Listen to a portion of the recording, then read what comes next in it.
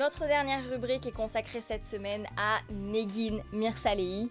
Bon, inutile de vous dire que je suis absolument fan de cette fille puisque je vous en ai assez parlé dans des vlogs ou dans des vidéos précédentes. J'ai même fait une vidéo consacrée à sa fameuse huile de beauté pour les cheveux qui s'appelle Gisou. Parce qu'en effet, au-delà d'être influenceuse, elle est aussi à la tête d'une marque de cosmétiques pour les cheveux qui s'appelle donc Gisou. Et le concept de cette marque, c'est de proposer des produits haut de gamme faits à partir de miel. Donc elle a fait par exemple l'huile pour les cheveux qui est ici, mais elle a aussi le shampoing, et elle a le masque. Mais elle a aussi un spray protecteur contre la chaleur, et il me semble aussi qu'elle a un spray pour les ondulations, le beach wave, et elle fait aussi un parfum pour les cheveux.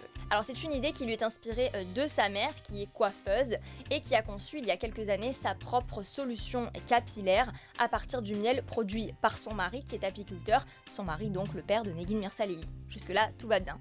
Negin, qui a toujours baigné dans ce contexte-là, elle est très attachée à l'entretien de ses cheveux et c'est justement grâce à cette crinière de rêve qu'elle a commencé à cartonner sur les réseaux sociaux. Tout le monde lui posait des questions sur ses cheveux. Oh là là, mais comment tu fais pour les entretenir? C'est magnifique et tout, t'as des cheveux magnifiques, etc. Quel est ton secret? Bon, bah le secret, c'est Gisou, quoi.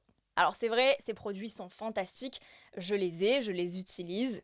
Et effectivement, je vois une grosse différence quand je les utilise. Mais je pense quand même qu'elle a un très très bon capital cheveux de base, puisqu'elle en a énormément des cheveux. Ils sont très très longs, et ça, je pense que ça fait beaucoup.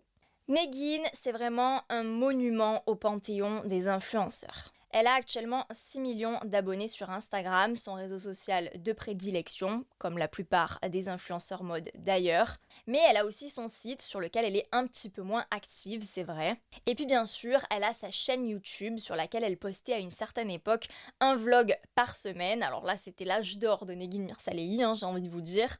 Malheureusement, ce n'est plus d'actualité, elle a ralenti le rythme. Ce qui a fait sa force, je pense, c'est vraiment de promouvoir sa marque sur de nouveaux marchés internationaux, ce qui lui a permis de voyager à travers le monde, de rencontrer des personnes intéressantes pour son business. Elle est très proche de certaines marques comme Revolve, Dior ou encore Louis Vuitton. Promouvoir sa marque, ça lui a aussi permis finalement d'avoir autre chose à montrer que ses looks. Et ça, je pense que ça fait vraiment toute la différence par rapport aux autres influenceuses mode. Ça lui permet aussi par exemple de promouvoir une cause éthique qui est celle du développement durable, puisque la préservation des abeilles a été un sujet très très chaud d'actualité ces dernières années. On rappellera jamais assez que les insectes pollinisateurs ont un rôle essentiel à jouer dans l'équilibre naturel. Et puis ça lui permet aussi de montrer finalement les coulisses de son business. Comment on crée une marque, comment on fabrique une image, comment on la fait évoluer. Comment ça se passe quand on a une grande équipe avec laquelle il faut travailler. Bon, ce qui a fait son succès, c'est déjà ça, je pense. Le fait qu'elle soit plus qu'une influenceuse, qu'elle soit finalement en réalité une réelle businesswoman. Je pense aussi que plus que tout autre influenceur, Negin, elle vend du rêve. Bon, déjà, c'est une bombe, ça ne fait pas tout, mais je pense que ça contribue largement au fait qu'on la regarde. Bon, même s'il y a eu des polémiques autour de Negin, il y a des photos qui ont été publiées avant, après chirurgie. Dans une vidéo, elle affirme et assume qu'elle a effectivement eu recours à la chirurgie. Et si vous voulez mon avis, elle a bien raison. D'ailleurs, moi aussi, j'ai fait une vidéo sur la chirurgie esthétique pour ou contre. Je vous mets le lien. Allez la regarder et dites-moi surtout ce que vous en pensez.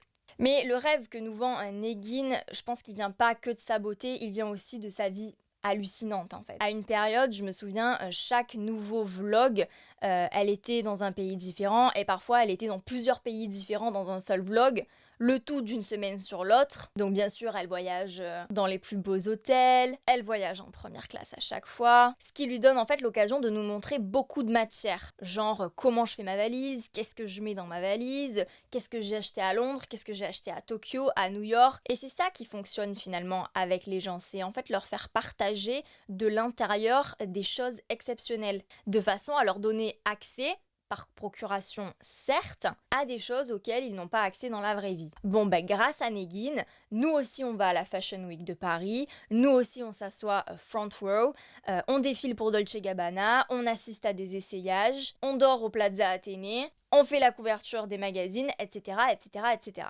Voilà, en fait, Negin, elle offre un moment de rêve, un moment d'évasion, que ce soit par le biais de ses vidéos ou par le biais de son Instagram. Après, c'est aussi à cause de ce genre d'influenceurs qu'on a eu des polémiques, puisque beaucoup ont critiqué le fait que montrer ce genre de choses, c'est finalement montrer un monde et une vie idéale qui n'existe pas pour la plupart des gens, qui ne reflètent en rien leur quotidien.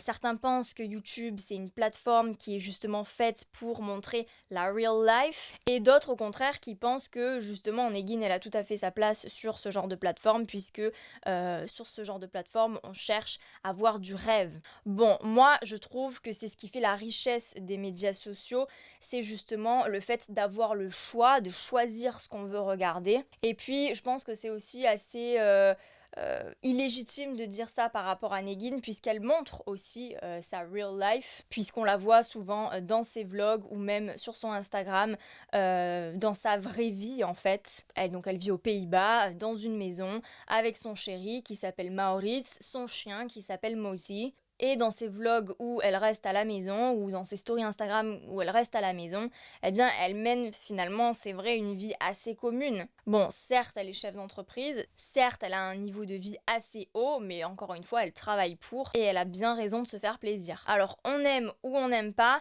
mais en tout cas, moi je suis fan de cette nana. Je trouve que c'est un très bel exemple de réussite, et ça fait du bien de voir des gens se donner leur propre chance en fait. Elle a cru en elle et puis elle a bien fait puisque finalement elle a réalisé son rêve. Au final, elle s'est lancée il y a pas si longtemps que ça dans cette aventure-là, contrairement à une Chiara Ferragni qui fait dans l'influence depuis une dizaine d'années. Negin Mirsalei, elle s'est lancée alors qu'il y avait déjà beaucoup de monde dans ce milieu-là, mais comme elle a réussi à apporter quelque chose de nouveau aux gens, elle a su s'imposer et franchement elle le mérite car c'est beaucoup de travail. Nous, on la voit à travers ses vlogs, ses stories Instagram et tout ça, mais en réalité, chacune de ces activités, c'est du travail, même si on n'en a pas forcément l'impression. Parce que le concept même d'influenceur, c'est justement de valoriser son mode de vie en activité professionnelle. Donc tout, en fait, devient du boulot. Se coiffer, se maquiller, à partir du moment où on le filme et qu'on décrit ce qu'on est en train de faire, ça devient du travail, qui deviendra après un montage et tout, qu'on va devoir diffuser sur YouTube, etc. Moi, perso, voilà, je vous le redis encore, mais je suis fan de cette nana-là. Regardez ses blogs, ça m'inspire, ça me fait rêver, ça me fait du bien. Donc partie de là, je vois pas quoi demander de plus en fait. Il faut vraiment prendre ça, je pense, comme un divertissement. Certains vont en boîte, au ciné, regardent Netflix, regardent d'autres vidéos YouTube, d'autres genres de vidéos YouTube. Bon, moi, regardez ses vlogs, regardez ses stories Instagram, ça me fait du bien. Et je pense qu'on est nombreux à le faire. Donc, je vois pas où est le problème.